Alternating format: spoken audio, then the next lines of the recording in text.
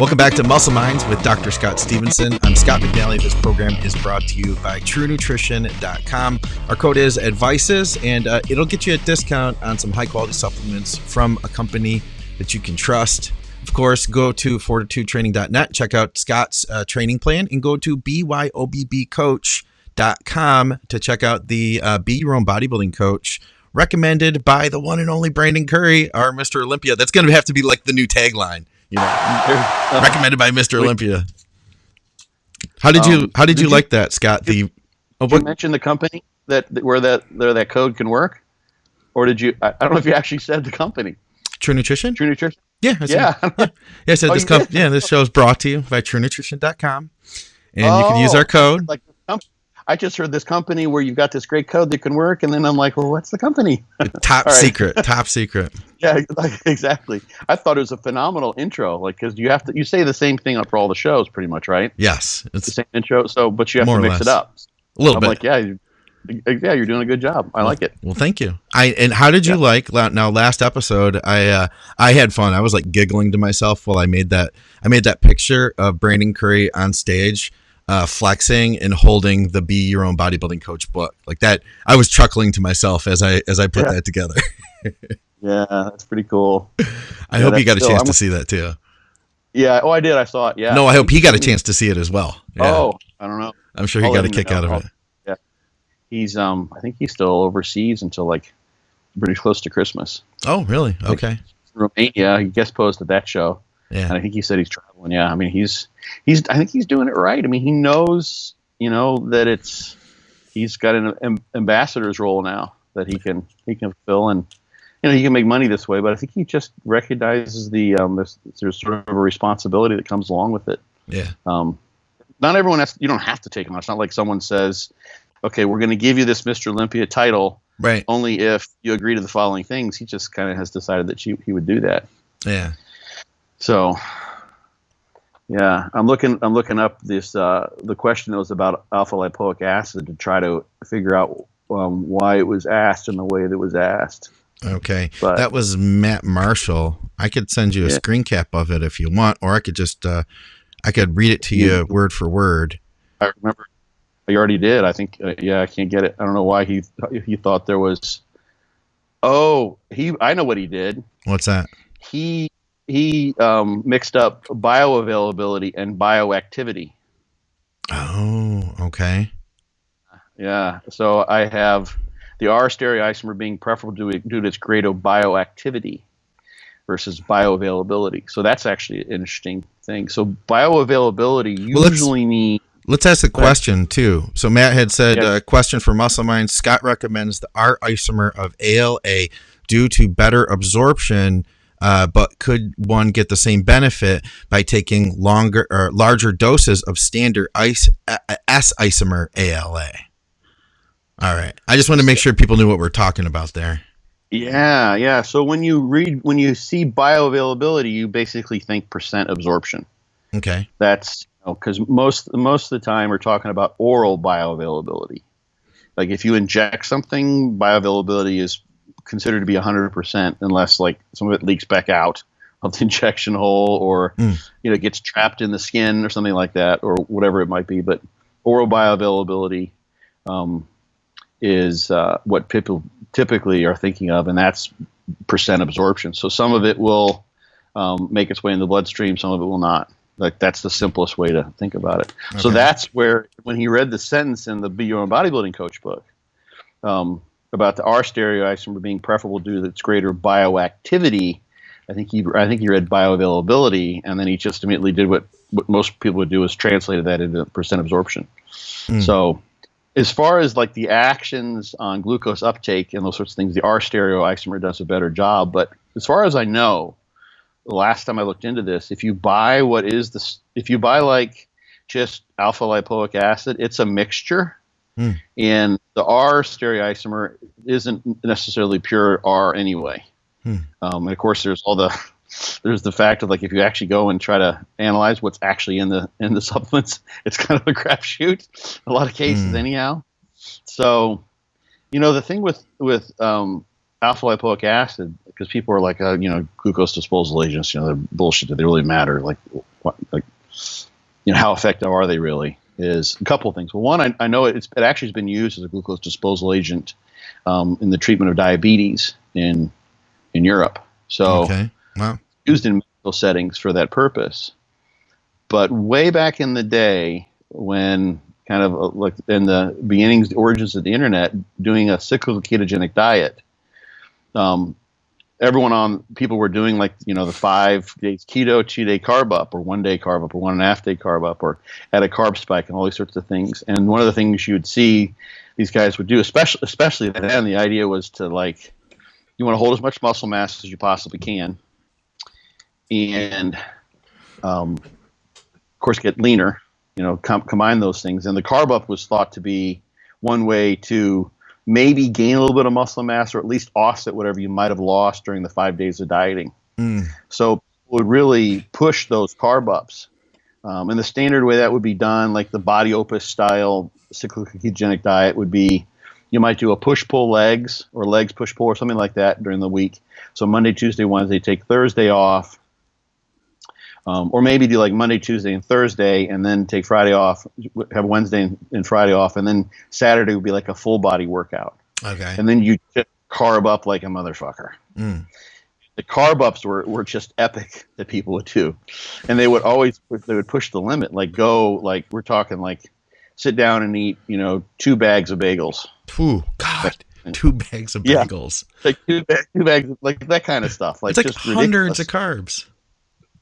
Oh yeah. I mean, that's why I think when we had Dave Pulcinella on the show, I was talking about how I employ nutrient timing, and just basically as much as anything as for a way to account, for things. I just have kind of easy rules to follow with my diet.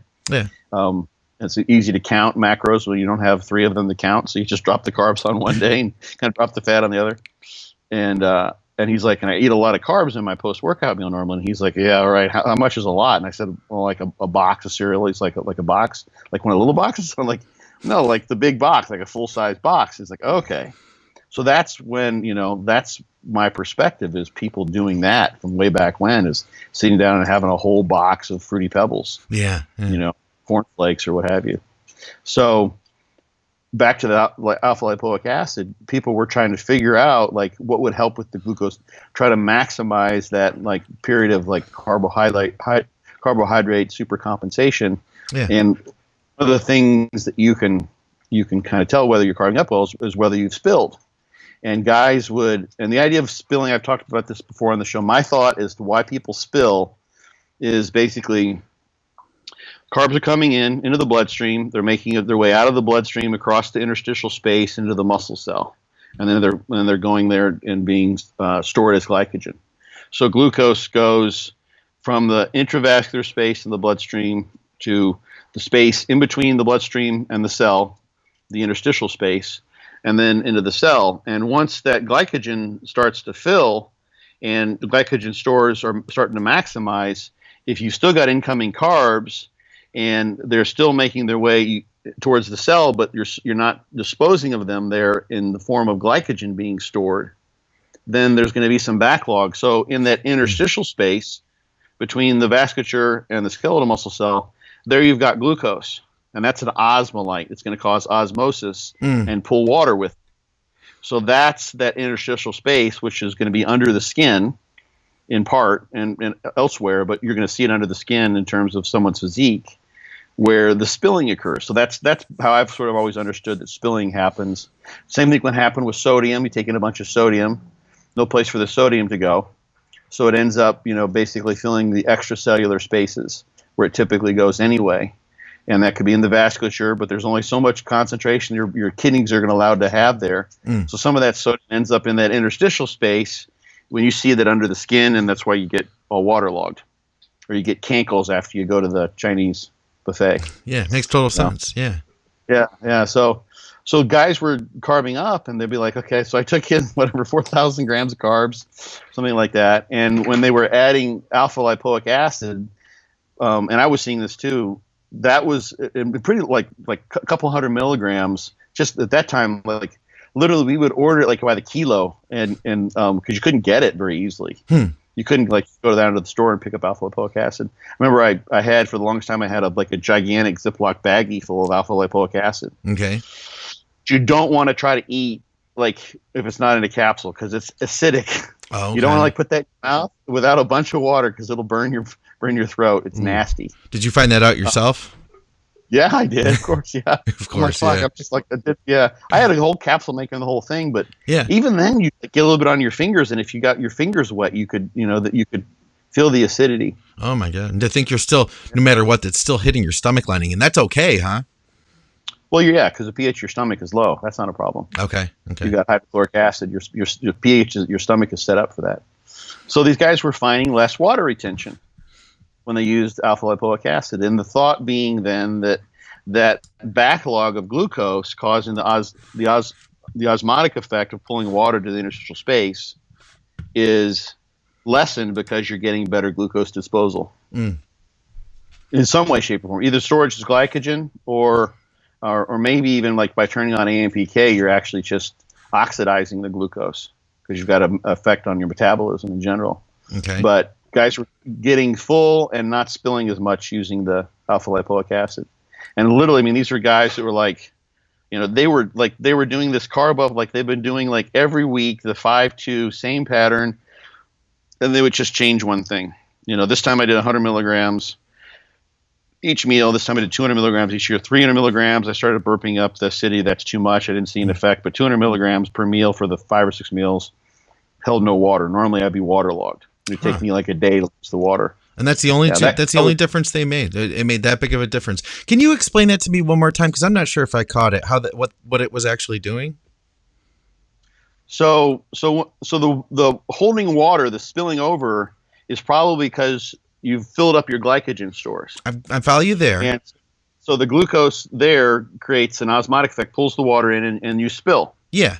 So, but if that glucose that would normally be backlogged there, causing the spilling and the water retention, can instead be disposed of in the muscle cell. Okay. Because you're using an effective glucose disposal agent, in this case, alpha lipoic acid, then you don't have the backlog. You have glucose disposal as opposed to lack of glucose disposal and backlogging and osmosis and holding water, and you're there. So if you take in 400 grams of carbs, you're not going to spill. You take in 800 grams of carbs, you're getting close to spilling. For example, you take in 1,500 grams of carbs, you're probably going to spill. It's because you've taken in more carbs than what you can dispose of. They have to go someplace. Yeah. They'll be oxidized or stored as fat, or they'll go somewhere else. But along that pathway from out of the bloodstream into the muscle cell, they're going to backlog there. That's why I think this is my best guess as to what causes the water retention, the spilling. It makes sense. Yeah. Insulin increases vascular permeability too. So, you can see like you get really vascular when you eat carbs with insulin. Like that's insulin. One of the things insulin does on blood flow. So if you spill with X number of carbs and then you add in alpha lipoic acid and you no longer spill, like, oh, it's a glucose disposal agent. It's helping me eat more carbs without spilling because I'm just doing a better job of disposing of the carbs, storing them as glycogen. So what's that ALA doing then to get rid of that extra glycogen? I guess that's the piece I'm not understanding. Yeah, so that's the thing, and I'm trying to think of all the mechanisms that. One of the things it does is it turns on AMPK. Okay. Actually. So that in of itself is just going to increase cellular metabolism. That's what a lot of glucose disposal agents do. That's one of the actions of metformin, a glucophage. One of the actions of what's his name? Dog's found something of the herbal form of the people use instead of glucophage or metformin. Berberine, yeah. I kept on thinking berry. I'm like, no, that's not berberine. A lot of the glucose disposal agents have that action, and alpha lipoic acid is also a pretty good. It in of itself is a free radical scavenger, the molecule, and it also upregulates free radical scavenging ability of the cell. Huh. So the thing that may be happening there, in addition, And there are probably there are other mechanisms that I just can't recall right now because I didn't think about this until we talked about it a few minutes ago. And this is actually one thing that I mentioned on my Instagram, one of my Instagram posts this past week, is that muscle damage impairs glycogen storage. Okay. And that may be because it's just disrupting the cellular machinery in part for glycogen storage. You've just got a massive disruption of the cell in general. So the mechanisms whereby because glycogen it's not just like put all the glycogen together. It's actually the carbohydrate that becomes the glycogen we can use is also connected to a protein called glycogenin. And there's a certain branching sequence that happens in human glycogen storage. It's different than what you would find in other forms of starch that you might eat.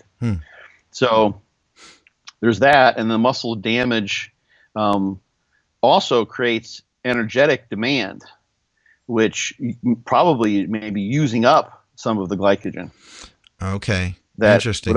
Some carbohydrates before it is glycogen because it just needs that energy to repair itself. Interesting. So then you have more room to put more in, is what you're saying, quicker. If the alpha lipoic acid, by acting as an antioxidant, reduces muscle damage, which antioxidants can do.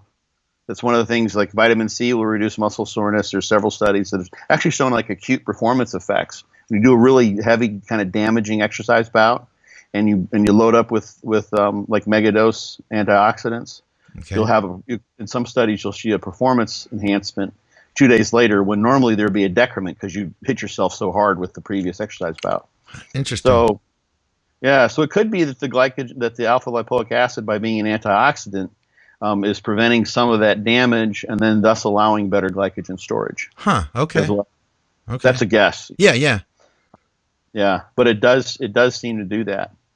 So it's an interesting thing because we talk about Skip's a great example because I know he talked about it a good bit. When he would take glucophage, he got really flat. He said he didn't fill up very well, and I'm willing to bet, because there's so much variability in so many things, that there's something probably different among different individuals, because some people feel like they fill up well with glucophage. Some people get flat. Some people can do cardio when they're dieting down and not lose muscle, and other people lose muscle like crazy if they do. And so if you've got a glucose disposal agent that's bringing in more glucose through various mechanisms, there's probably something going on with GLUT4 as well. That's going to happen anytime you've got AMPK being activated. Some people may do better in terms of just the way they're engineered genetically, taking that glucose and storing it as glycogen, and other people may not do so well. So alpha lipoic acid may be a really good glycogen storage, a glucose disposal agent that helps with glycogen storage for some people. Just like metformin may be a really good glucose disposal agent that helps with glycogen storage in some people, but not people like Ken. Yeah. Because he got flat. And that's not a sign of having stored extra glycogen. That's a sign of having used up glycogen, having elevated metabolism, which is one of the things that glucophage does by turning on AMPK. It's kind of the energy sensor of the cell. So it's kind of like it's telling you, so like there's a mild energy demand here, kind of like you're just walking, like a really nothing tremendous, but enough where the cell needs more energy and it'll take it up in the form of glucose. Yeah. And won't necessarily store it. So that's kind of the hit or miss, I think, with glucose disposal agents. They work well for some people. They don't work so well for others. But in the context of like a peak week, at least, if someone has water, and the way I deal with water on peak week, it's not really a problem. You get rid of it after the fact. But if you take alpha lipoic acid, let's say it's the morning of the show, and you can carb up, and when you add alpha lipoic acid, you're less likely to spill over. Right. Even I would wager, say, like, what are the two things you want to be full and you want to be dry? I would rather be not so full and dry than full and watery. Sure. So even for someone where alpha lipoic acid doesn't really do diddly as far as glycogen storage, if it helps them stay dry when they're loading up and they're still getting somewhat of a load from the carbs that are coming in, then it's a nice insurance agent. Yeah. It's a nice thing to have to be able to take along with things.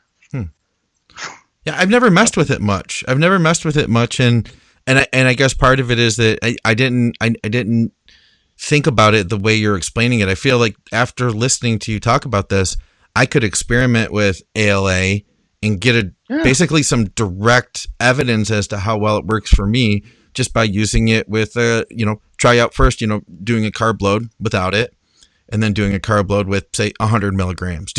Experiment with it from there and see the response I get. Yeah, it makes a lot of sense. It's super cheap. Yeah. I mean, and definitely give it a go. And a lot of the guys would feel like the next day would feel like they had the ones where it seemed like it was working the best for them. They go in the next day and their Monday workout, which is always that awesome workout. You've gone through the whole week with no carbs, and then you do like this. Some people would make it into like a real depletion workout. Like that was I think that was Shane's original idea, is that you really try to deplete glycogen substantially so you could get a greater super compensatory effect when you load it up. And so guys would do that. And by the time like end of that last workout, they've trained everything once. And then there's that second time where they really deplete it. So they're doing high volume sets at 15 and 20, and they're flat as shit, so there's no pump. Then they add the carbs in, and then they fill up and they gain 10 pounds. And then they go in and train on Monday. Yeah. And the pump's just out of this world. Oh, yeah. So if you decided to do something like that, where you added it in like on a regular, some part of a cycle in your diet, if you're doing some kind of carb cycling, where you can look at the dryness that you get, or how you feel like you filled up, how much you spilled if you do tend to spill. That was the thing with these guys, is they were spilling every single time, and then they're adding the alpha lipoic acid in, and they weren't spilling at all as much. Wow. And then you look at the pump the next time you go in to train. It's like, do I have a better pump? Do I like a painful, like some people, I never had this thing, but it's like, oh, the pump was so painful I couldn't train. I'm like, fuck that. That's exactly what I want, man. Yeah. Give me that. It's like, the orgasm felt so good I had to stop. I was like, no, what are you fucking talking about? You keep going, baby. Yeah. So anyway, I'd love to hear what you come up with. Yeah, that sounds interesting, man. It sounds like it'd be definitely worth messing around with. And we had a couple questions. First of all, Jeremy Jason, he wanted to throw this out there. He just said he's sticking to fortitude training as it's written. And thanks for breaking down my question on the last episode. So he said it was greatly appreciated. So he's not splitting out those extra days. Then that's what it sounds like. That's what it sounds like. He says he's sticking to it as it's written. Another thing, one other question that somebody had, they just posted here. This is in regard to, I believe this is the last episode. It says going back to, or maybe it was from a couple ago now. He says, this is James Hastings, going back to a previous podcast, how much glycerol do you use pre-workout, and how many grams does it amount to? I want to give it a try and wanted to use the right amount. So we talked about that maybe a couple episodes ago. Yeah, I mean, I just, it's about a 70 cc scoop. It's probably like 70 grams. 70 grams. Maybe. I just kind of pour it in there, to be honest. It's so cheap. I have a whole gallon of it that, I go through the gallon in like 3 months or something like that. Okay. Training 4 times a week. And what does a gallon run for on Amazon? You said it wasn't that expensive at all. How much? $20 or $20? something. That's like not bad at all. Yeah. Vegetable glycerin, USP grade, kosher, I think it is. Okay. It's got a weird name. Yeah. Right on. That's the thing. If you look at people are using the the powdered form, that what is it? What's the name of it? The monoglyceride that you're getting, they put like 3 grams in it, and that's been shown to have some effect on hydration. I've seen that research. Okay. It was just published as like a poster presentation or something like that. But like there's nothing. That's like 2 or 3 grams. Like what if you just threw in like 20 grams? Yeah. You can tell, yeah. Did you ever try it? You were going to get No, I haven't yet. I looked at it online and then I wasn't sure which one to buy. But if you just say it's just basically vegetable glycerin, And that's all you need to do. And I know I did look at it online at the various sources on Amazon. I just thought to myself, like, man, I don't want to buy the wrong thing, but I'll order that today then and see what I get out of it.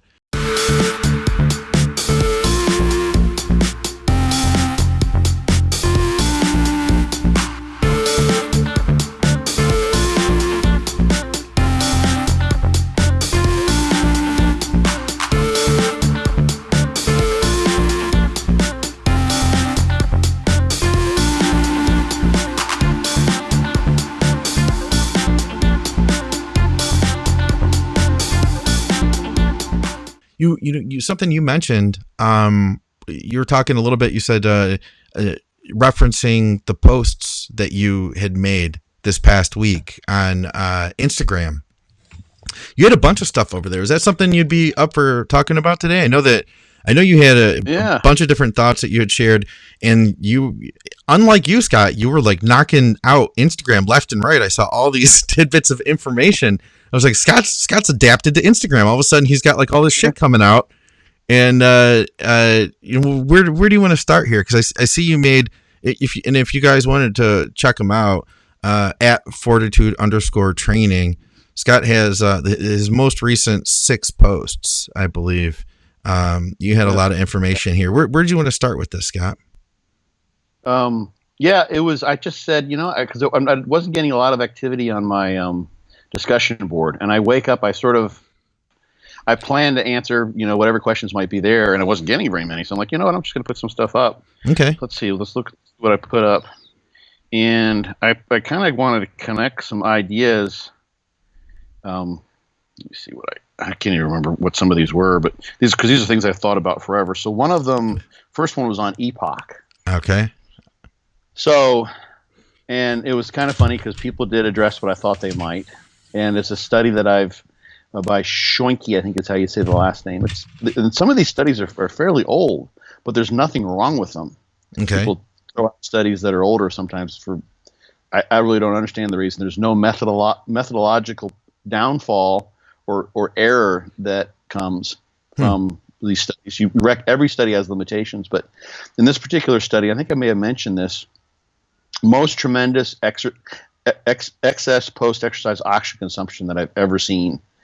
It was just ridiculous. It was on the order of like 800 calories, and it lasted for at least 36 or 38 hours after an exercise bout that lasted all of a half an hour. But it's friggin' brutal. They took the subjects did 4 sets each of a power clean, a bench press, and a squat in about, I think it was the 8 to 12 rep range to failure with 2 minutes rest in between.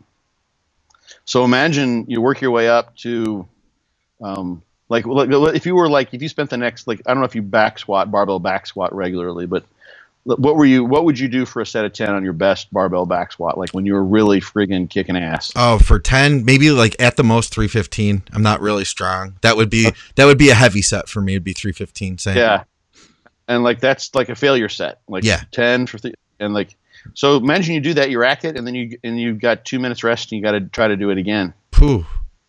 Yeah, and then you got 2 minutes rest. You're going to do another set to failure. They adjust the weight, so you're failing at about 10, and then you go and go to bench press, and you do a 10 rep max there, do 4 sets like that, and then do power cleans. And I can't even imagine the power cleans.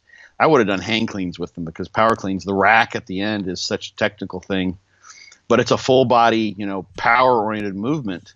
Yeah. And they ran them through 12 sets like that to failure, and I kind of believe it. And they followed metabolic rate over the next couple of days, and when they just did those 12 sets like that, and here's the thing: this is just sort of a proof of concept. And all these studies many of them, there's various degrees of applicability. Okay. And really, the science is just there to inform, not specifically give an exact recommendation for an individual as far as how they're supposed to train or what they're supposed to do in the gym. But it gives you information to recognize what's going on when you do things that are similar to what was done in those kinds of experiments. So that is the kind of training that most people would never want to go and do again. That would be like their worst nightmare, to have to like recognize that the next day they're going to the gym and they're going to do 12 sets to failure with that kind of a protocol. Whew, yeah, that'd be rough. That's just absolutely mind-boggling. That's total vomit city right there. Yeah. But when they did have those people do that, the excess post-exercise oxygen consumption was 800 calories. That's like more than an hour of cardio, of hard cardio for most people. Wow. In terms of expenditure. So chances are their NEAT would have gone down because they've been so wrecked they weren't doing anything besides sitting still and icing and probably swallowing Tylenol. Right. But tremendous, and actually I wonder, because they still have the elevation in metabolic rate. So there's a tremendous EPOC that can come from hard training. And the interesting thing about that, if you look at like the rest of the literature, there's another study by the name is Paoli, and they did kind of a cluster set type of thing. People kind of compared with rest pause training, DC training. It's not really quite the same, but and they found like 500 or 600 calories EPOC after one of their workouts. Okay. Which is a lot. It's a lot. But most of the studies, even like you do like an hour of hard cardio, maybe 50 calories if you're like an extreme responder. Yeah, it's not very much. Like that post caloric, it's not very much. 50 calories for an hour of hard cardio versus, you said 800 on this crazy workout. Wow. Yes. Wow. 800. And those are generally with trained people. Yeah. So one of the things that is probably going on here, and this is what some of these follow-up posts were about, is that there is a energy cost for muscle damage. And they didn't do any muscle soreness evaluations in those folks, but I imagine, and there's probably a huge performance decrement too. So that's not a sustainable type of workout, but it shows that if you train like there's a gun to your head, really, really hard, you can create an EPOC. There's tons of like circuit training studies where they'd run people through doing like, bicep curls and knee extensions and hamstring curls and like a machine pull down and, supported row, those kinds of things. And they run them through for 30 or 40 minutes. And the EPOC is like 8 calories, 12 calories, like nothing. Like even when you do high intensity interval training, you don't get very much. It's less than 100. I don't think I've ever seen over 100. Okay. So that's why this 800 is so tremendous. So there's something there. So one of the next posts, I just want to like kind of make people know about that, was this something that we talked about already, was muscle glycogen damage. And there was a study with endurance athletes where they had them do some endurance exercise to deplete glycogen pretty substantially, something that they were used to handle.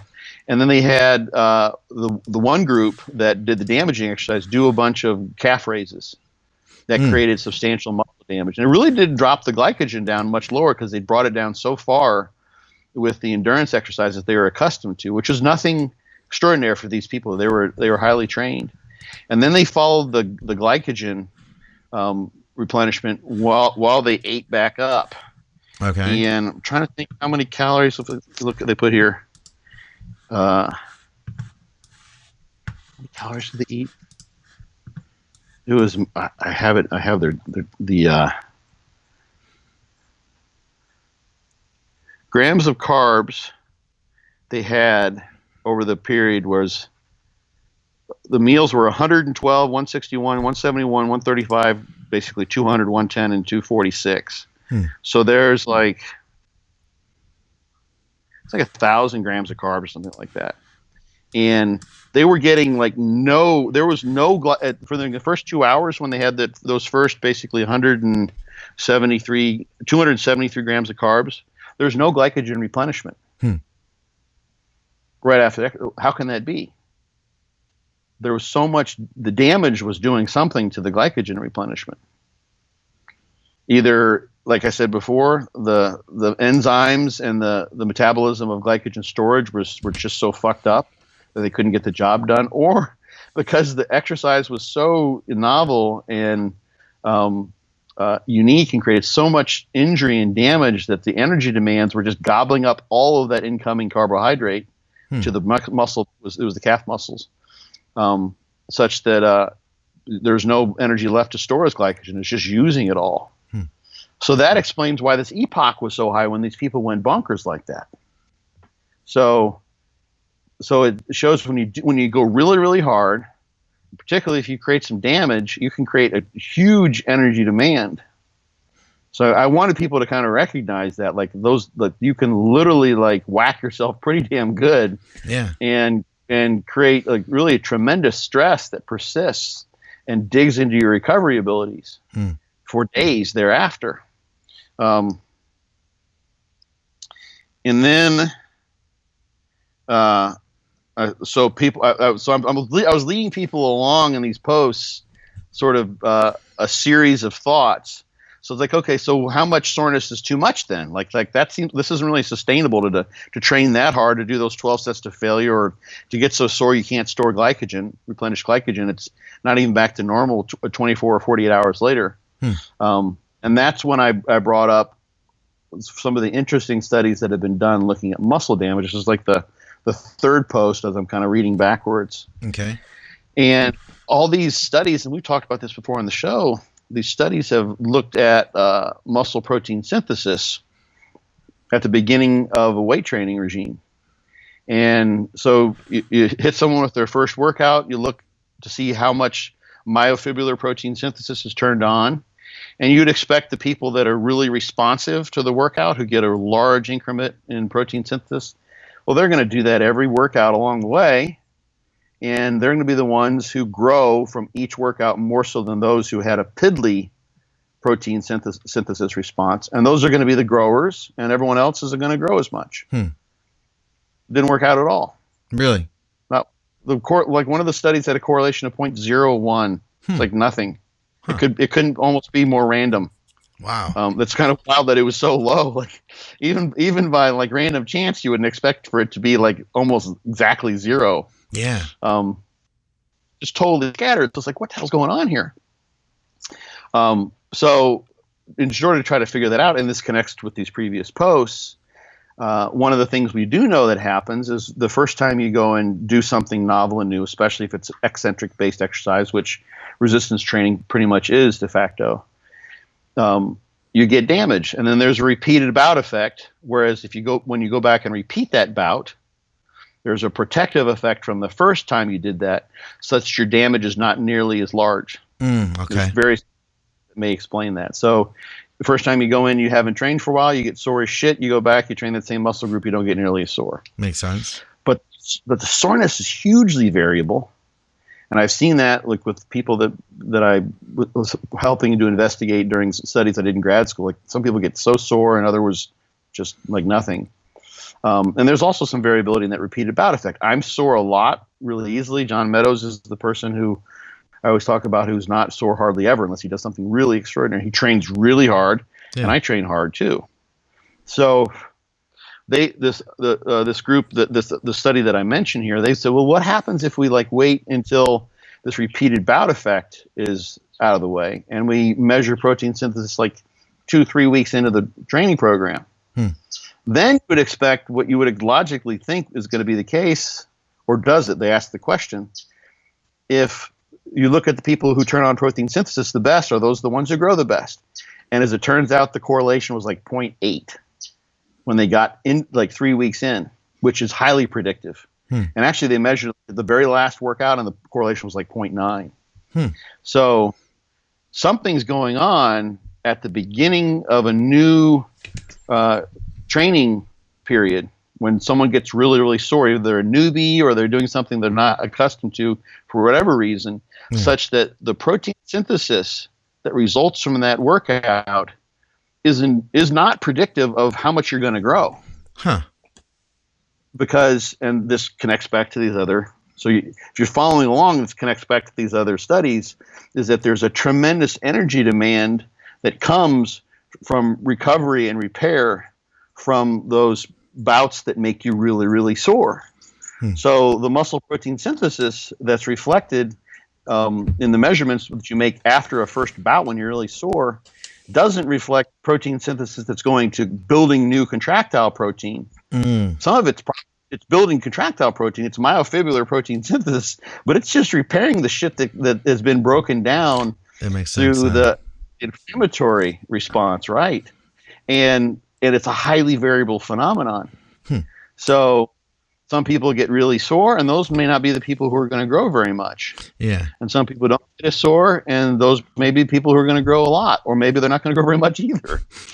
So it's totally random. And so the idea then that comes from that is that obviously if you do too much, you can get a greater elevation or you do a lot of soreness provoking exercise, but you can turn on myofibrillar protein synthesis to a large extent. But it doesn't mean that protein synthesis is going in the direction you want it to, i.e. towards muscle growth. It's maybe just going to repair. You may just be making yourself sore and creating damage from which you're recovering repeatedly without actually accumulating myofibrillar protein and making the cells bigger and growing from the training. So if you do too much, you may actually be surpassing the capacity of the protein synthetic machinery of the cell in a way that you barely are just keeping up with the damage that you're producing, but you're never getting ahead of the game and growing the cell. So the question is, well, so soreness, how much soreness do we want, right? Yeah. How much is too much? Or how much damage, really, right? Or how much damage, right? Yeah. So then I posted another study to connect these dots. And in this particular study, I really love this study by Flan et al. So this one was, what day did I post this? I don't know. It's like about a week ago. It says no pain, no gains. Yeah, November 9th. So this study was really cool. So they said, well, what happens like the question would be, so maybe, who knows, maybe there's something about digging in and going after it and, training really hard. And maybe you dive past that soreness, you get that protective effect. Maybe that kind of launches you in the right trajectory towards muscle growth. Maybe that's something you really want to do, like maybe you do turn on something of the molecular machinery that enables muscle growth in a way that we just don't know about yet. And you do want to get a little bit of sore and sort of say, look, this is a new novel stimulus, Mr. Muscle Cell. I want you to adapt, grow from this. Pay attention here. Knock, knock, knock. It's time to get after it. Yeah. They asked the question let's see if that is actually true. What if we just ease people in during the first, and they demonstrated this previously in previous studies, is that you can get a protective effect by doing very, very small amounts of exercise that don't evoke this massive soreness. Like a lot of the soreness studies, just to get a strong effect, it makes it easier to study things statistically. You want to make sure if you're going to do a soreness study, you should at least get soreness, at least in your control group. Does vitamin C reduce muscle soreness? Well, you should have at least a good amount of soreness so you can see if the vitamin C made a difference. Right. If the soreness was itchy. So they do and I've done these, you take someone's 1 rep max and have them do 8 sets of 10, just lowering the 1 rep max. Okay. So imagine you get 365 on the squat bar, and you had someone behind you and 2 people on the side, and they just lifted it up for you. And you had to lower that for 8 sets of 10. Yeah. Or 10 sets. That's the kind of thing. You get sore as shit from that. Yeah, you would. But you can, and then you get a protective effect, such that if you go and do that again, you don't get nearly as sore. But you can also go and ease your way in. Okay. And I mentioned this, I kind of draw this to people, you've probably seen the trainers. I've seen this so many times. I'll never forget this one time at one of the gyms in Tucson I used to train at. This trainer, I guess he just was wanting to show this guy and the whole gym what a hardcore trainer he was. And he was running this guy through, and the guy was of Asian descent, and I don't think English was his native language. He didn't look like he was very comfortable in the gym, and this guy was running him through, and they weren't communicating very well, and he had him doing dumbbell presses the dumbbell rack. And he eventually, after about 20 minutes of whatever craziness they're doing, the guy was rolled over, curled up in a ball, and was like vomiting on himself. Oh my God. Because he pushed him so hard, and they had to call the paramedics. Oh my God. It was like EMTs and 4 firefighters standing there, and this guy can't even get up. And all he was doing was training upper body. Yeah. Because he pushed him so hard, like an idiot. So that's like an extreme circumstance, but people will do that. You go in the gym, you don't got to do shit. You just have people do like a couple sets of body weight squats, and they'll get sore if they're not used to doing any training. Sure. So you can ease people in and still get that protective effect. So they kind of knew that. So they set up 2 training regimes. They had kind of a specialized leg press that they knew would produce muscle growth and strength gains. And the one group was the no pain group, and they started them off with a very low volume of exercise for like 3 weeks.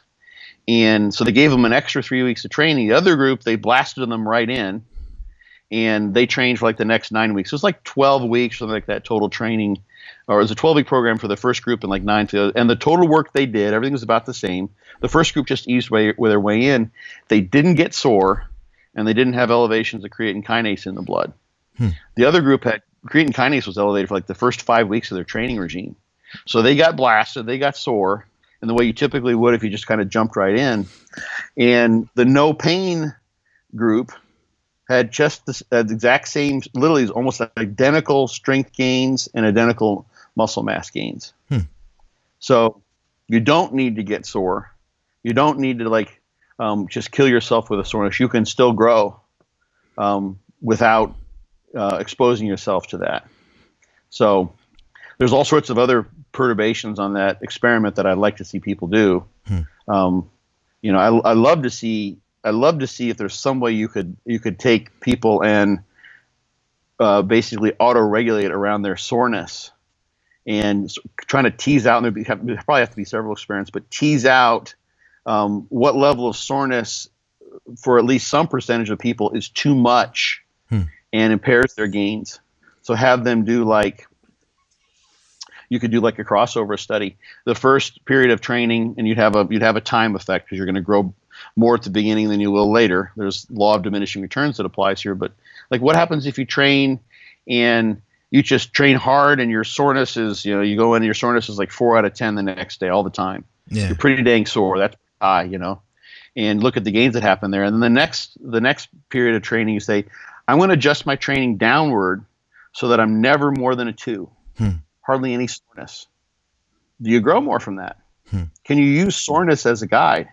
Can you use muscle injury as a guide to some degree? Because it sure as hell seems like it definitely is not to your advantage to train so hard that you get so sore that you basically exceed the ability of the muscle to accrue protein, because it's just trying to catch up with the damage that you've incurred. Right. So you don't have to incur the damage to get the growth, and that's what this last study, the no pain, no gains thing, showed. So it's finding out where you're at then, I guess, what you can tolerate stress wise, and what kind of soreness you can still grow from. Yeah, that's kind of been the thing that I've sort of been trying to figure out. Is like I've noticed there are times and bits and pieces I've been sore all the time, and like there's a very good possibility that I could have and would have grown better in the past if I weren't as sore as I've been, because I don't mind it. I don't care how sore I am. Right. Like most bodybuilders don't care either. Yeah. So, do you have a rule of thumb for your own life on soreness? Like, if you train legs, we'll say, and your quads are just brutalized, you wake up the next day, they're sore. In your own mind, do you say like, well, if they're still sore by the next time I train, how many days do you usually think is a good amount of soreness on average to play with? Lately, because of just kind of the way like traveling and the things that I've been doing, I do the auto regulation on the day of training. Okay. So I'm like today I'm gonna train legs.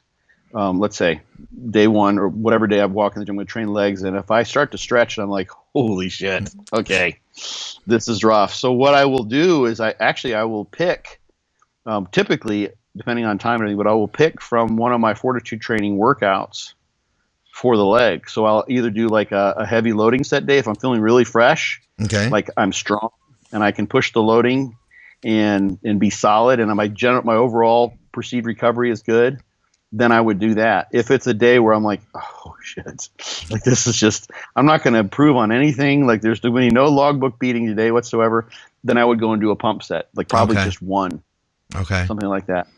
So because it's just sort of for the practicality of saying, well, I'm going to train legs today, and then the next leg training session would be, actually I'm training whole body every other day, but that way when I do that, then I know when I come in the 2 days later and I'm going to train legs again.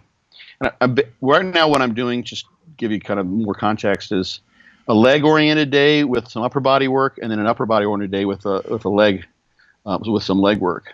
So I legs, more so legs, a little bit upper body, and then more so upper body, a little bit of legs. So if I come in on one of those leg days and it's like, oh, no way, then I'll go just do like pump sets. Like one pump set, the quads maybe. And then when I come back to train, even if that's supposed to be like a big heavy leg day, usually doesn't work out that way because I'm good to go. But like, let's say it's the upper body day where legs are not as important. They're secondary. Typically that would be either a muscle round or a pump set. So I would make the decision, and I would choose the exercise as well as to what I'm going to do based on my overall recovery and what I did previously. So if I come in and I'm super duper sore and I did like a Smith sissy hack, then I wouldn't do that exercise again, because you're going to feel the soreness most on an exercise that you did to incur that soreness. So that's an interesting thing. Like, they don't do this all the time in research, but if you have someone do leg presses, like eccentric leg presses, and that's what made them sore, if you go back and test them 2 days later, they're going to have the highest level of soreness ratings on a leg press compared to a knee extension or anything else. The soreness is going to be high because the activation pattern is the same. It's the same movement. So if I come in, I'm really sore, and what brought on that soreness was a leg press or a Smith sissy hack or a knee extension, whatever it is, I will not do that exercise. I'll be very, very sure not to. In particular, because I don't want to repeat the same activation pattern that already damaged those motor units, probably more so than I want them to be. They've already been totally relaxed. So I pick something else that doesn't hurt nearly as much. So I might go do like a knee extension. Like, okay, that feels good. No problem there. You know, if I went and tried to do the Smith sissy hack, which is the one that blasted me 2 days before, I would really be feeling that. Don't want to do that. Those motor units they've got plenty of stimulation. They just need to recover. So that's how I would sort of auto-regulate. The next day I don't really, I would notice, and I'd keep that in the back of my head. A lot of times with that, and you probably do this too, I have to watch, just because the low back can get involved. I like to do, heavy rows, rack deads when I can, squatting movements, those sorts of things. So that's when I will pay attention the next day on my low back, follow that along. So if I squatted one day or did a squatting movement and I wake up the next day and my back's really stiff, I make a mental note of that, because and I'll know that the next day when I go in the gym too, but that's the one I really pay attention to the next day, and I feel the next day as much as anything. That has to be managed. That's probably the toughest one to manage, I think, for a lot of people, is to figure out how many like heavy hinge type movements you can do, heavy hinge type movements you can do, and get away with it. Because you want to squat and you want to do some kind of deadlift if you can, if those work for you. But if you're squatting and doing deads like every workout, and you're training every other day, like I am right now, then eventually you're going to have a day when you don't do something like that. That makes sense. Because the low back fatigue, starts to accumulate. A couple things that really stand out to me just listening to you talk about all this stuff is, one, I think of people that have had, like I think of one person in particular who had weaker legs. Goal was to bring legs up, and she would just destroy legs to the point where they were sore to the touch. Like they were sore, like as sore as you could get. Right. And maybe her case was to just back off, like less at some level, maybe that was what was, because we always think like the bodybuilder thing is like, well, if it's not growing, then we got to do more or hit it harder. When in actuality, you might be able to really hit those muscles so hard that you're holding them back. That's one thing. And the other thing is all the way back to that first study about the amount of calories that were being used just for repair through very difficult exercise. I got to think that this is something you can, you've seen, Scott, working with a lot of people online, coaching, and helping them with their nutrition, especially a lot of people that want to get into better shape. One of the things that I can't control is how intense they are in the gym. But I can tell you that I feel like people that train really hard are the people that tend to get into better shape too. Oh yeah. Yeah. Well, there's a mindset. I mean, there's probably some generalizability to a person's ability to deal with discomfort. Yeah. Whether it's in the gym under a squat bar or, doing any exercise and not in day-to-day life. Okay. And there's just motivation. Like some people are like, they can handle pain in general. Yeah. But if they don't give a shit about bodybuilding, then they're not going to submit themselves to the pain and suffering of bodybuilding prep and bodybuilding training. Sure. Well, I wasn't even thinking of that. I was thinking of just like the calories that they're burning. That it's going to require more food for the guy who's training hard, A lot of things. So then there's somebody who's just motivated. If you train harder, then you're going to create a greater EPOC, and that's going to help you get in better shape. Yeah. When you're dieting down, it's going to make, for whatever caloric intake you have, you can eat more and still have the same caloric deficit. Yeah. Or you're going to create a greater caloric demand. Right. To that EPOC, and I really think, I wonder, like, there's just there's a dose response there of some sort. That's the interesting thing. So let's see if I can. So dose response, it may be like a sort of a shape type of thing, but like we have like this. There's this Paoli study and the Shunke study. I'm probably bastardizing the last name, but and it's like 600, 800 calories EPOC. Okay. And that's like super. And that's with like balls to the wall weight training. And then we've got all this like weight training, like circuit training, like it's like piddly, like everything is less than 100. Like there's this big gap. Like what happens like in between here? Like how do you get there? Like, and these were with, both those studies were with men, I think. So, obviously if women come in and train really, really hard, and then what happens? So, what's going on there? Like, can you go in the gym and like someone do like an average, like pretty hard workout and get, not very much of an EPOC?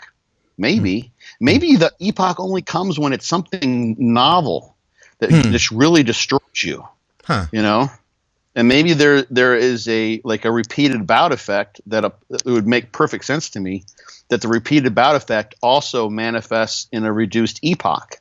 If you're not getting sore, you're not incurring the damage, your immune system isn't getting engaged in the way that it is when you've really created some muscle damage that way and creating all the energetic demand that goes into the repair and recovery after the damage, it would make sense. You could go in and do the same. Those guys in that Shunke study, the 12 sets to failure, if they went and they did decide to like do that, like let's say 3 times a week, and you waited and they did that for 3 or 4 weeks, by the fourth week, they wouldn't be nearly as sore as what they had before. I mean, assume they're recovering from that. I think you could probably get away with that, like 3 times a week. It's half an hour, 12 sets, it's 36 sets in total a week. Yeah. It would be brutal. You'd have to like really, make sure you're rested and ate, but you could do that. I wonder what the EPOC would be 3 weeks later. I would have to guess would it be less, right? I would think so, yeah. Especially, but I wonder to what extent it would correlate with muscle soreness and perceived recovery. Those sorts of things. You mentioned that maybe it was a specific client, but the person who would just wanted to bring up her legs, I think, and she just brutalized herself. Yeah. I bet her weights weren't going up. I don't remember. Yeah. It wasn't somebody I was working with. I don't remember what she was doing with it, but I just remember though that she would hit legs so hard, so brutal that it was like she had a hard time doing anything after training, and then her legs would literally be sore to the touch for days after. So And women don't get as sore as men either, so that's a lot. Yeah. Another way to look, another sort of lens to apply to this is that especially if you get that sore, in the studies where they just take someone who's untrained and they blast them, usually you get the soreness and the muscle damage and the performance decrement, the strength decrement peaks on like about day 2, like 48 hours later, something like that. Okay. Some of that's just convenience. That varies a good bit, actually. But so if you're getting that sore and you're trying to go back in and train when you're that sore, you've got a performance decrement that you've incurred from the previous training session. Sure. So you're not going to be able to train in a way that is going to create a progressive overload. Because you go in and let's say you're able to do sets of 10 with 100 pounds on exercise X, and you just blast yourself and you're so sore when you go back in and you're still sore when you try to do exercise X again, you can only use 90 pounds. Yeah. Well, guess what? If we look at all the different things that are involved with overload, now of course, if you've got damaged muscle, you're going to have to use more muscle mass because the damage to lift X amount, because that damaged muscle doesn't produce as much force. Huh. Okay. They've actually shown that. Yeah. So like if you have like cross section of muscle. Yeah. And you can look at the specific. They've done this with MRI, I believe, and they've done it with animal studies for sure. But the damaged muscle has a lower specific tension. So all the contractile material the actin and myosin are lined up, and it creates a pull along the length of the muscle cell, along the length of the muscle belly. But if the muscle cell is just like a bulldozer's gone through and wrecked it, and literally you have misalignment of all that actin and myosin, now it doesn't pull in a straight line. But some of it just doesn't pull at all because the myosin heads aren't attaching to the actin active site. So literally you're getting a misaligned and a very economically poor efficiency of muscle contraction. So the muscle itself is just fucked. It can't produce as much. It can't perform as well. So you have to use more muscle mass. But eventually, if you're training to failure, you're still trained just as hard, and you just can't produce the same amount of force. Yeah. Because the muscle's fucked. So if tension is, as we suspect, is important for producing the stimulus for muscle growth, you can't produce tension as well because you can't train as hard with the same loads when you're damaged. You can train as hard, you can push yourself as hard, but if your performance has gone down, you're using 90 pounds. And like a person like that, the hard thing about it is that she may be going for months or even years, literally continually training with a performance deficit. So if she could think back like 2 years ago or something like that, like if she happened to go in one day when she's fresh and not damaged and she can use 100 pounds for 10 reps, and then she blasts herself and then she used 90 pounds and 90 pounds, and she's always sore. She always has that misaligned contractile machinery. She's always got damaged muscle. She's always training with a performance deficit. Absolutely. She's never really able to produce as much tension as healthy recovered muscle possibly could. So her stimulus for muscle growth is always impaired. It's always suboptimal. When you put it that way, it makes so much more sense to not train to that level of intensity or that I guess that level of destruction. It's just when you're in the gym doing it, it doesn't make as much sense. You're like, I just want to hit this as hard as I can and grow. But when I'm just listening to you talk, it's like, oh, that's a stupid idea, Yeah. So the next study that I put, it was the last one in the series. Was an animal study, and I don't know if I mentioned this, but it was Ted Wong and Frank Booth. I used to always call him Frank the Tank. Okay. Frank Booth was about like 5 foot, 103 pounds, something like that. He was really, really small guy. But he was like, Frank was like, everyone knows of like Brad Schoenfeld now is like the world's sort of foremost expert on muscle hypertrophy. Yeah. And among research scientists, he's recognized as such, and he's especially now it's very, very cool that he's recognized by so many people, sort of in the bro science world, in the bro world of bodybuilding, because Absolutely. he does so much. It's phenomenal. But Frank Booth was the man back in the day. He was like one of the people who really was expanding our knowledge of the molecular biological underpinnings of muscle growth. So he's got some pretty cool articles. And one of the things that he did with the graduate student was this calf training study with rats. And I recreated this apparatus when I was at Texas. I was actually going to, it actually was basically the animal version of what I ended up doing for my dissertation when I got to Georgia. Okay. So train quads with an isokinetic device in Georgia. There at Texas, the device was with rats.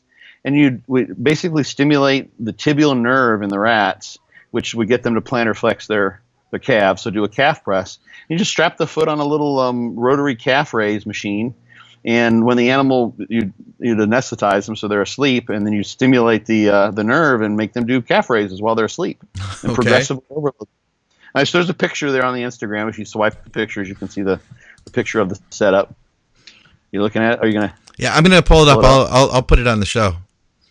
Oh, cool. Yeah, it's a cool little thing. What I actually did, they were having to go in every time, if I'm recalling correctly, and like literally put in a needle electrode and isolate the tibial nerve and stimulate it that way. So they have to like insert an electrode each day into the leg of the rat. And what I actually did was we did surgeries. We put a nerve cuff around the nerve. So we had a permanently implanted nerve cuff, and I wired it up to like a little cement cap on their head with a jack to it, like a female receptacle jack. So when we anesthetized them, we could just plug in at their head and zap their legs. Worked really well. Okay. Did you find the picture? No, I'm not seeing. Oh, yep, I got it. I got it here. It's like the fourth one in there, maybe, I think. Yeah. So they trained, and they did various. They got about like 20% over, like I think 6 rate with about 20% increase in muscle size or wet weight, the gastrocnemius, I believe. Okay. And the whole idea then, and they've done this with some other studies, is to come up with an animal model that is more representative of human weight training. You do all these animal stuff, like the quail stuff, where they hang the big weight off the quails and they get like tremendous muscle growth. Like you can't. That's not. People don't do that. That's not the amount of muscle growth is way beyond what you get with regular resistance training, and even like the compensatory hypertrophy studies where they clip the soleus and the gastroc grows like crazy. Like no one's going to do that. You're not going to take out muscles to make another muscle bigger. Right. In any, so this was a nice model that represented what humans do, and they trained them like every 3 days. So kind of like what you typically might do. You hit your chest like Monday, Thursday, or something like that. Yeah. And they had various regimes. They just, because it's nice with animals, they're basically genetically identical if they're from the same litter.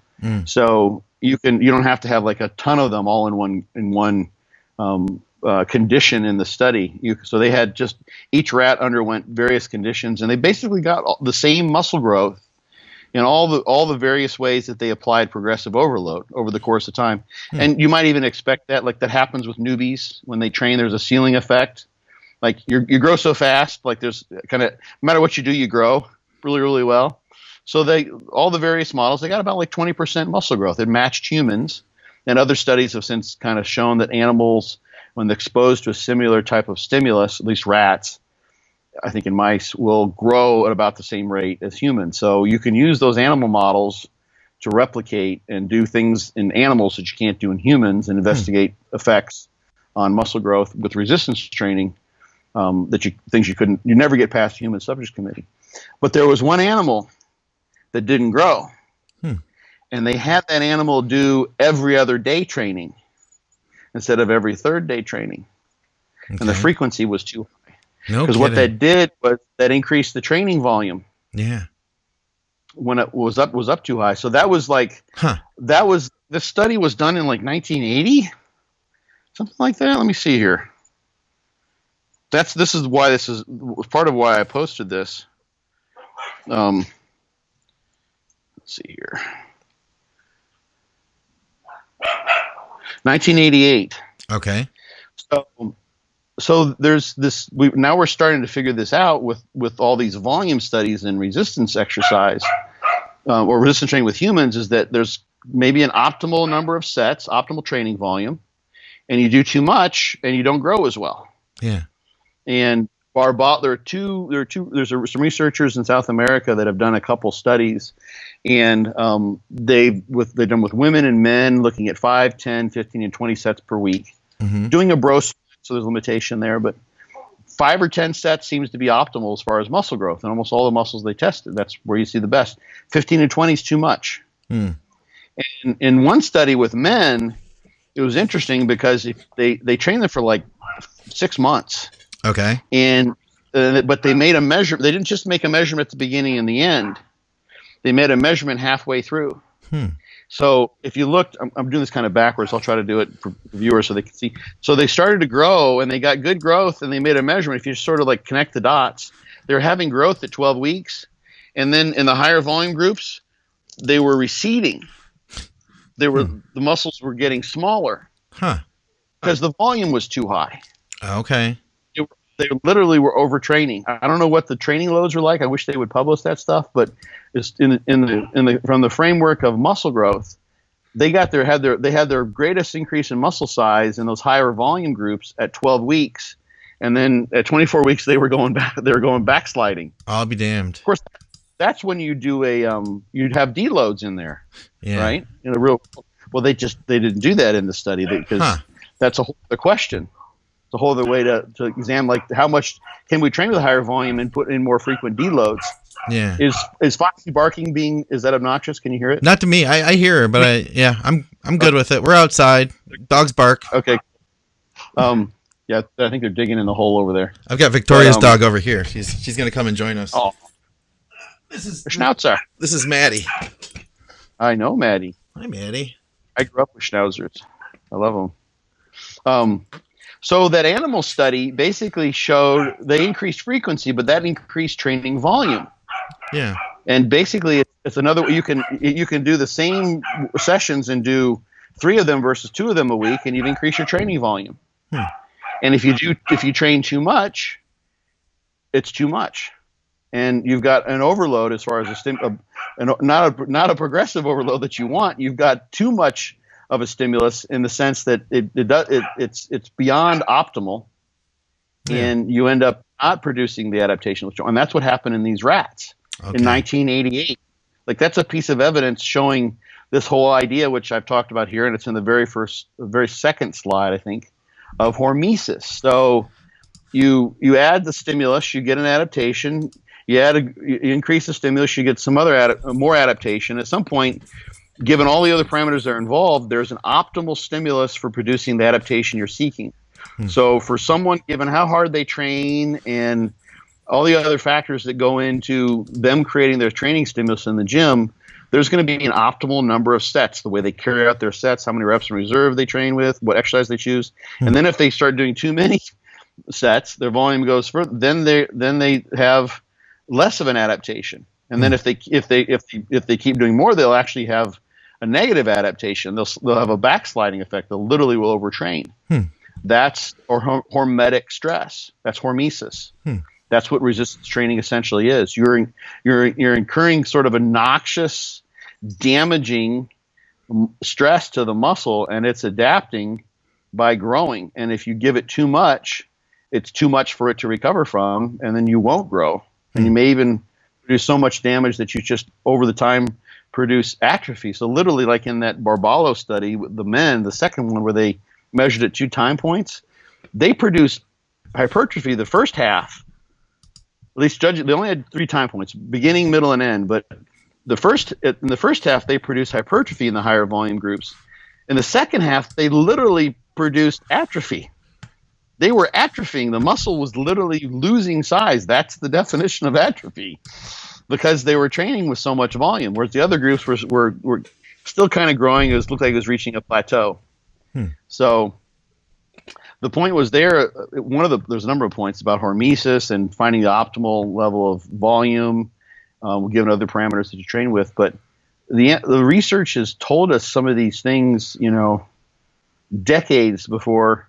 It's not like we're reinventing the wheel. Like we're first figuring out like, oh, this, like, and bodybuilders have known this forever. It's like, dude, you're doing too much. You need to train with less. Yeah. Just like that woman who's training so hard, you know. It's hard to do, man. It's hard to do. You know, you tell somebody, and I still struggle with it. I still struggle with it. Scott, I still struggle with that even when I see results to show me the opposite. Even when I do cut back and I see better results, I still struggle with it. It's funny the way that works. Yeah, you know, and don't take this the wrong way, because we've talked about this on the show, and I'm the same way. We're all the same way, but like you having a history of drug use and drug abuse tells me that you were maybe more than the average person wired for stimulus reward. Yeah. More so. Yeah.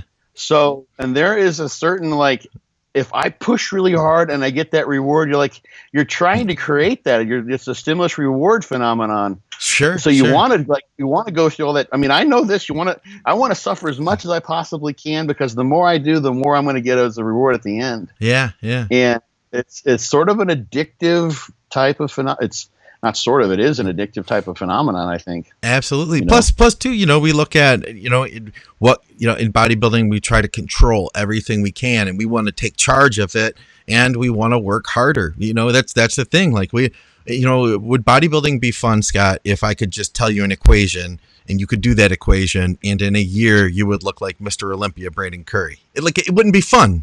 Like, you might enjoy looking great, but it's like, really, it's about the getting there, right? And about the hard work and about the earning it. So yeah, man, we want to earn it. We want to work hard for it. So yeah, it's interesting, man. I'm 43 years old now, and I feel like I'm finally gathering it. I'm finally figuring it out, but it's taken me a long time. You know what the other thing is too, Scott? It's taken me a long time to actually, you know how Dante said, like, if you can't do DC if you're new to training, right, like, just don't even try. Like, it's not meant for you. Yeah. I feel like it took me a long period of time to figure out how to build the intensity to get what I needed to out of less. Mm-hmm.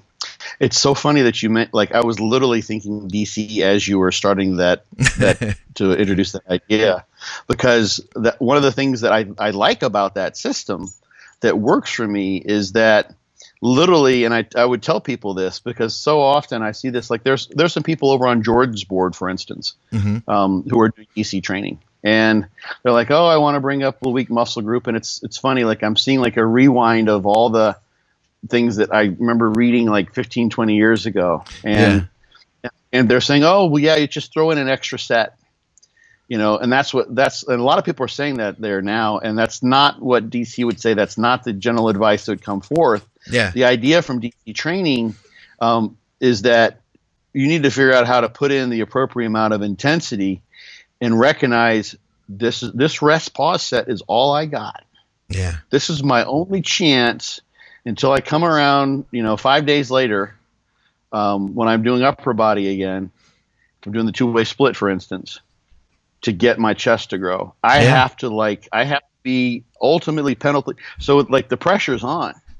And so that's the way to make DC training work, especially with the progressive overload and everything else.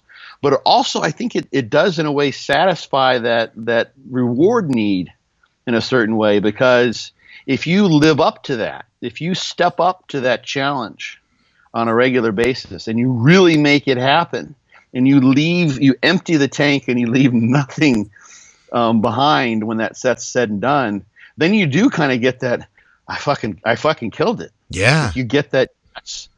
And you don't have to do 40 sets to do that. You don't have to like train yourself into dust. Yeah. DC training actually satisfies that if you can get yourself to do it. And that's if you can get that intensity up to hit that, like I said, man, it took me a long time to be able to harness that much energy in that one set, even using tools like rest pause. I still, years ago, I couldn't do it. It wasn't the way my brain was working. I couldn't recruit the fibers in that, man, I'll tell you what, I fatigue more now using less sets than ever. I've thought about this training with people that haven't been training as long as me, people that aren't as developed as I am, who can handle doing like a leg press with way more reps than I can, or way more weight than I can. And I just think it's like what I'm getting out of it is just so much more at this point. I don't need what I did before. I don't need to do, the amount of sets or whatever, the amount of weight in order to really make it work for me. But it's taken me a long time to get there, I guess is the point, Oh, it'll take decades. Yeah. Like that was a common theme back on Intense Muscle with, on the boards, is that, and actually Dorian Yates was the quintessential example of that, as his training volume went down over the time. Yeah. Because his loads went up and his ability to impose that stress on a set per set basis was better. Yeah. So he didn't have to do as much. And you get that way. I mean, there's some of it eventually you get so old that your just recovery is impacted by the natural aging process. But there's also you're getting so good at pushing yourself in a way that you never could have 10 years previous to that. Yeah. That you incur so much of an inroad, so to speak, to use the Menser term, which I really kind of like, such that you can't get away with doing anymore because you're so good at killing it for a minimal amount of sets because you've been practicing that for decades, hundreds of thousands of workouts. Yeah. And it's funny because that was the other thing we ended up talking most. And I know you've got a ton of stuff to do today, but the other thing I was wanting to talk about today, if we didn't go to the Instagram thing, was the idea of failure and training failure and the utility of training to failure. And maybe we can bring this up if people want, on the next one, it can bring it up, but it's a topic I love. Yeah, it's an interesting one because if you take there's people lose the nuances of what people like Mike Israetel are saying and Brad Schoenfeld saying sometimes about the utility of training failure, not to train to failure. So for instance, if you look at the studies, okay, there's a meta-analysis that's Brad's done, review meta-analysis showing really no difference in training gains when you train to failure if you don't train to failure, if you look at all the studies that are out there. So we would say, okay, well, then maybe it doesn't matter. You're going to get, and if you look at it from a recruitment perspective, you're probably recruiting all the same motor units, maybe not to the exact same level of fatigue. Obviously, there's more fatigue if you go to failure than if you don't. Yeah. But, does the science tell us that there's anything advantageous about training to failure?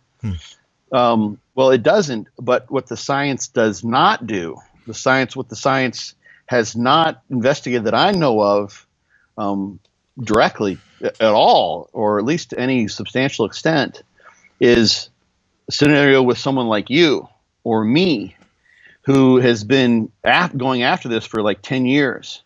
And if you want to create a progressive overload and you're trying to do that, obviously with your training, how do you not take some of those, how do you not have to go to failure?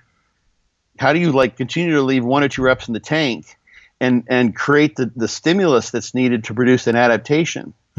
So in order to kind of expand that idea, you start off and you got newbie gains. So you do 3 sets of 10 and you're leaving 2 reps in the tank. And you're adapting so rapidly that you can train with 2 reps in the tank on all of your sets for months. Okay. And months, because what you're doing then as a newbie, as a beginner, is such a tremendous stimulus compared to what you're doing previously, which was nothing remotely physically taxing in that way, that you're going to get adaptation. So you can leave 2 reps in the tank, and then maybe after the year, now you need to up the ante. There needs to be progressive overload in some way, shape, or form. So can you keep on leaving 2 reps in the tank? Or do you have to start doing some sets where you leave 1 rep in the tank in order to create the stimulus that's to produce the adaptation so that you can keep progressing forward? Yeah. And now you take that into the 5 years or 10 years or 15 years of training or 20 or 30 or almost 40 years of training, which is where I'm getting to now. And it's can you produce anything akin to a progressive overload leaving 2 reps in the tank? There's nothing new and novel about 2 reps in the tank sets after you've done tens of thousands of workouts over the course of decades. Yeah. So there has to be something in terms in terms of how hard you're training in order to produce a stimulus, which is a stimulus which evokes adaptation. Because 2 reps in the tank is a breeze.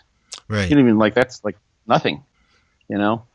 So anyway, that's sort of my thought. One thing that just occurred to me, and I've listened to there's so many podcasts about failure, and it keeps on coming up, is that just really almost aside from all the stuff that I just said, the sort of the logical thought process I just sort of developed there, is that there's no I don't know of any studies where they've looked at highly advanced people. What happens if you take some average training age of 15 years, someone who's literally been training, and what if you told, okay, now I want you to leave 2 reps in the tank on all of your sets? Are those people going to grow? I wouldn't think so. You're not growing really at all after 15 years. Most people aren't growing really after 5 years. But if you want to have any chance in hell of making progress at all, you're going to have to be producing the greatest stimulus you possibly can that you can recover from. Yeah. And I think the money is in the effort in each set, as opposed to do more and more sets with lesser effort. Yeah. I think the quality wins out over quantity, but that's that's maybe another podcast. I think that sounds like a good topic, actually. I'd love to hear what you have to say and explore that more, for sure. Yeah, absolutely. So I think we're out of time, my man. Is that right? Yes, sir. Yeah, I got to go eat some food, and then we're going to set up and record It's Just Bodybuilding, and then I am going to get on the road and head back to Detroit. And that's it for me today. Yeah. How about you? How's your day looking? I have trained already. My mom is messaging me. She wants to do something. I'm not sure what. Oh, nice. I'm down. Now you're seeing my mom. Yeah, you know what I did when we set up this trip for Scotland? My seminar that I'm doing in a couple of weeks. Yes. CRA Performance. There's tickets available for day 2. Ooh. I'm pretty sure.